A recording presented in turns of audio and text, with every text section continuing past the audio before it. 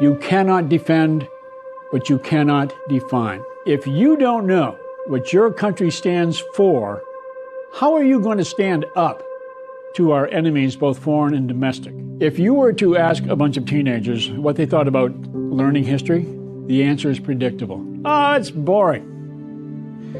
That response has nothing to do with the teacher. It has everything to do with the nature of the subject. Here's my solution.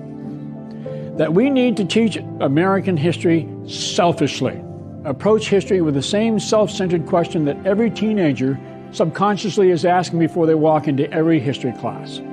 What's in it for me if I learn this stuff? So how do you find value in history? I discovered that the answer has been hidden in plain sight for years. It's hidden in stories that come from historical events. Here's a story for you. During the famous 1863 Battle of Gettysburg, a young woman was traumatized by witnessing the bloody and amputated legs and arms of young soldiers who had been wounded in that battle just hours earlier.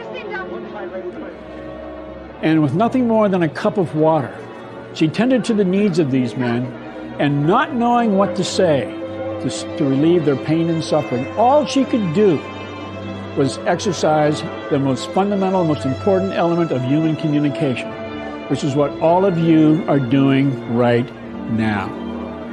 Listening. And unbeknownst to her, she was able to exercise the best form of leadership. Because those men who survived, she was able to lead them across what I call an emotional bridge of hope over which few of us could cross alone. And she did it with what little she had available.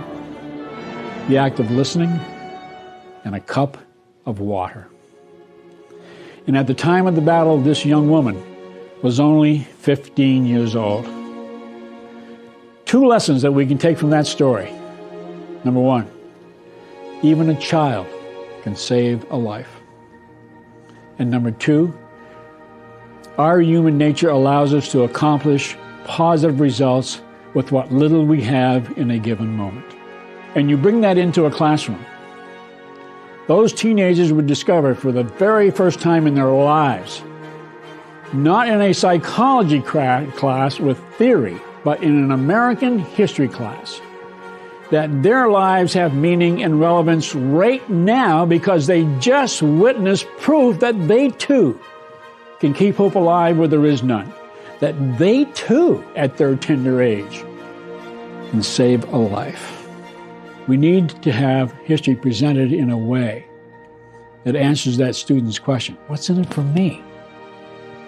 So they can use whatever they see on video and they can say, wow, I didn't know I could do that. As our students become more exposed to more stories, they will become emotionally connected to the events that produce those stories.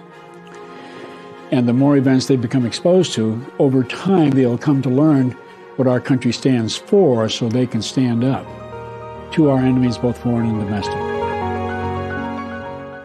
If you found this video to be useful and thought-provoking, please hit the subscribe button, and thanks for watching.